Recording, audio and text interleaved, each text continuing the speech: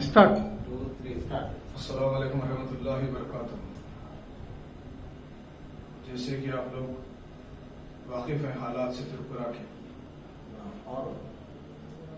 क्या हो रहा है ना वो इत्तेफाक है ना राइट्स है। राइट्स होते हैं इत्तेफाक से, लेकिन ये इत्तेफाक नहीं है, प्री प्लान साजिश है। जैसे कि इंग्लिश में कहते हैं इसको जेनोसाइड। ये प्री प्लान जेनोसाइड की तैयारी हो रही है। इसकी वजह ये है, बोलने की खास बात यह है, इसमें एक रैली निकलती है बगैर पुलिस की परमिशन के, बगैर हुकूमत की परमिशन से। वो रैली को पुलिस नहीं रोकती। 10,000 लोगों का जुलूस निकलता है रैली, ना उसको पुलिस रोकती है ना हुकूमत रोकने की कोशिश करती है। रैली में जेसीबी और बुलडोजर लेके निकलते हैं। दुनिया की ऐसी कौन सी रैली है जहां पर जेसीबी और बुलडोजर पब्लिक लेके चलती है और उसको जो है पुलिस नजरअंदाज करती है।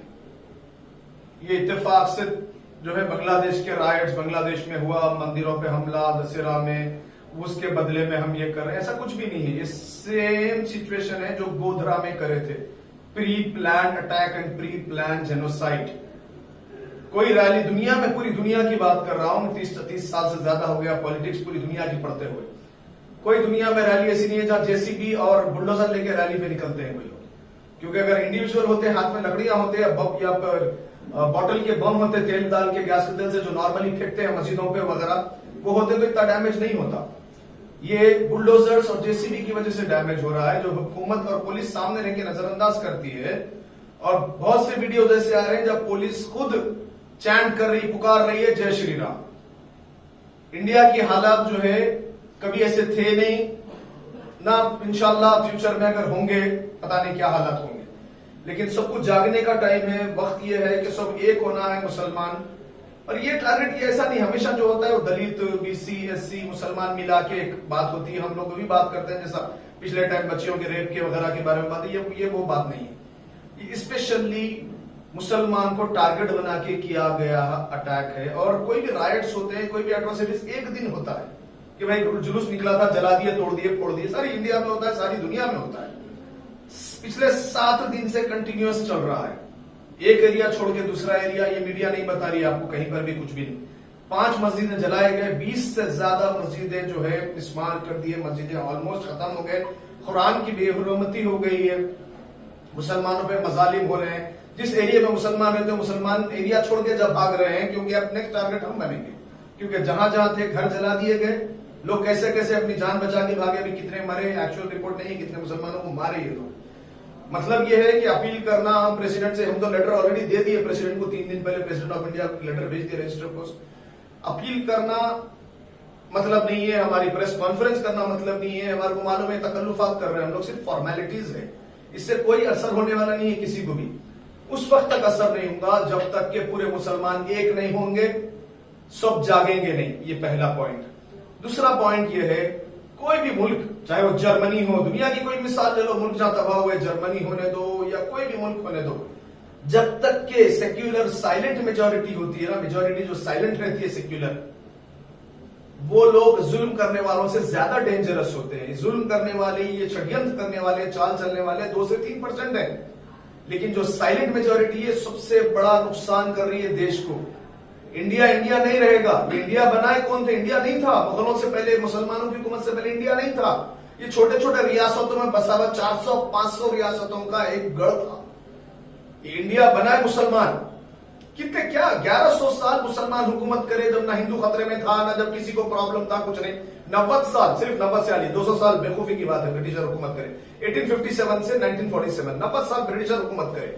और ये 70-72 साल ये लोग कर रहे हैं। 162 साल में हिंदुस्तान, इंडिया का जो है नक्शा बदल दिए, बदतरीन हालत कर दिए, चाहे वो 90 साल की अंग्रेजों की हुकूमत हो या 72 साल इनकी। यहाँ कोई पार्टी की बात नहीं है, बीजेपी है, आरएसएस है, आरएसएस कांग्रेस के पीछे भी थी, बीजेपी के पीछे भी है, वो हुकूमत चला रहे हैं पीछे से। विश्व हिंदू परिषद हो या परसों जो हिस्सा लिए, या हिंदू वाहिनी हो, ये सब अलग अलग नाम है, लेकिन है एक ही आरएसएस ही। ठीक है, बीजेपी मुसलमानों का नुकसान करे, कांग्रेस क्या करी? 60 साल सिर्फ वोट बैंक की तरह मुसलमानों को यूज करे। मगर हमारा सबसे बड़ी बदनसीबी, हमारा सबसे बड़ा प्रॉब्लम यह है, हमारे पास एक अच्छा कायद नहीं है। सब मुनाफिकों की टीम बनी हुई है। यहां एक सदर मुनाफिक बैठा हुआ है हैदराबाद में, तो कहीं और। ये सिर्फ मुनाफिकों की टीम है, कायद नहीं है, कोई मुसलमान नहीं है। एक आदमी था जो हक की आवाज उठाया, उसको जेल में डाल दिया, उसको, उसकी पूरी फैमिली को, आजम खान को। जो इनका साथ देता मुनाफिक वो बाकी रहता, ना उस पर ईडी की रेड होती, ना कुछ ना क्या। समझना ये है हमारे को कि हम किसको लीडर चुने, किसको लीडर बनाए, क्योंकि अगर ये नहीं समझेंगे तो अल्लामा इकबाल का शेर जो है मुसलमानों पे हो जाएगा। जब हालात थे, अल्लामा इकबाल बोले थे कि ना सुनोगे हमारी तो मिट जाओगे हिंदुस्तान वालों, तुम्हारी दास्तानें भी ना होगी दास्तानों में। आज यही बात मुसलमानों पे लागू होती है, ना समझोगे हमारी तो मिट जाओगे मुसलमानों, तुम्हारी दास्तानें भी ना होंगी दास्तानों में। अल्लाह सबको तौफीक दे, हमारी हिफाजत करे, मुसलमानों की हिफाजत करे। किसी से अपील करने का कुछ नहीं, सदर जमहूरिया प्रेसिडेंट से अपील करने का कोई फायदा नहीं है, प्राइम मिनिस्टर से, क्योंकि सब मिली भगत है, सबके आंखों के सामने सब हो रहा है। बांग्लादेश में इश्यू हुआ, 2 दिन में जो है प्राइम मिनिस्टर एक्शन ले लिए। यहां क्या हो रहा है, 7 दिन से राइट्स चल रहे हैं, कोई आवाज नहीं बोलता, पेपर में नहीं होता, कोई मुसलमान लीडर नहीं बोलता, कोई सेक्युलर लीडर नहीं बोलता, कोई कुछ नहीं बोलते। कोई सेक्युलर लीडर क्यों नहीं बोल रहा, कांग्रेस के लीडर्स क्यों नहीं बोल रहे कि गलत हुआ, इसको रोकना चाहिए। ये अपील नहीं है हमारी, जगाना है। अपील करने की कोई हमारे को जरूरत नहीं है, जगाना है कि अभी भी जाग जाओ, इससे पहले कि और बुरा वक्त आए। अल्लाह हिफाजत करे सबकी, इंशाअल्लाह, आमीन। जय हिंद। अस्सलामु अलैकुम वरहमतुल्लाहि वबरकातुहू। जैसे कि आप सभी लोग जानते हैं कि तिरुपुरा के जो हालात चल रहे हैं उसके लिए कुछ शायर आपके सामने पेश करना चाहता हूँ। बहुत ही अफसोसनाक वाकया वहाँ पर चल रहे हैं। मन तो नहीं है कि आप लोगों को इस अशायर के जरिए आप लोगों तक कुछ बातें पहुंचाना चाहता हूँ, गौर फरमाइएगा। कटते ही रहे बस्ती में हम राह बरों की, कटते ही रहे बस्ती में हम राह बरों की, आंखों में सलाखें रही हम दीदवरों की। जैसे कि कुछ भी हालात होते हैं हिंदुस्तान के अंदर तो हर मुसलमान यानी कि उन्हें गलत है कहकर उसके जेल में डाल दिया जाता है। कुछ ली गई इज्जत तो हमारे ही घरों की, काटी गई फसलें तो हमारे ही सरों की। ये शासक हुकुम करने वाले हर जगह पर हमारे मुसलमान जैसे कि टारगेट बना दिया जाता है, इनकी गर्दनों को अलग कर दिया जाता है, ज्यादा बोलने पर उनको जेलों में डाल दिया जाता है और हमारी माँ और बहनों की इज्जतों के साथ खेला जाता है। अगर ऐसी हुकूमतें अगर आपको चलानी हो तो याद रखो वो दिन दूर नहीं है जब अल्लाह ताला तुमसे जरूर ये सवाल पूछेगा। हमें भरोसा है क्योंकि हम एक मुसलमान है, हम उसी के ऊपर जो है अमल करते हैं। याद रखो वो दिन दूर नहीं है। अगर तुम सोचते हो तो इन लोगों का कोई नहीं है, इंशाअल्लाह वो दिन जरूर आएगा। मैं हर वो मुसलमान से ये कहता हूँ, आज जो त्रिपुरा के हालात है हमें बहुत शर्म आती है कि हम अपने आप को मुसलमान कहते हैं, तो हमें जागने की जरूरत है। हम व्हाट्सएप पे और ट्विटर पे बैठकर फेसबुक पे बहुत से मसाइलों के ऊपर आवाज उठाते हैं। जब हमारी मस्जिदों को वहां पर तोड़ दिया जा रहा है, हमारे कुरान पाक के साथ में जला दिया जा रहा है, हर किसी के साथ में कोई आवाज नहीं उठाता है।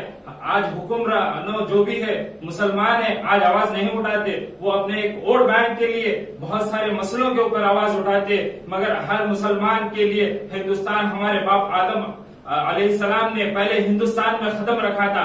रिसेंट बैरिस्टर असदुद्दीन अवीस साहब ने भी ये कहा था कि हमारा हिंदुस्तान हमारे बाप का है, कोई नहीं चाहता कि हमको यहाँ हमारे हिंदुस्तान से निकाल सके। तो तिरुपुरा के अवाम के लिए फिर से मैं अपील करता हूँ कि आप सब लोग मिलकर उनके लिए आवाज उठाएं। और वहाँ की हुकूमत से मैं अपील करता हूँ और वहाँ के सीएम साहब से अपील करता हूँ, जैसा बांग्लादेश में वहाँ पर उनकी जान और माल की भरपाई की गई है, उसी तरह से त्रिपुरा के अवाम के लिए भी भरपाई की जाए। जय हिंद, जय तेलंगाना।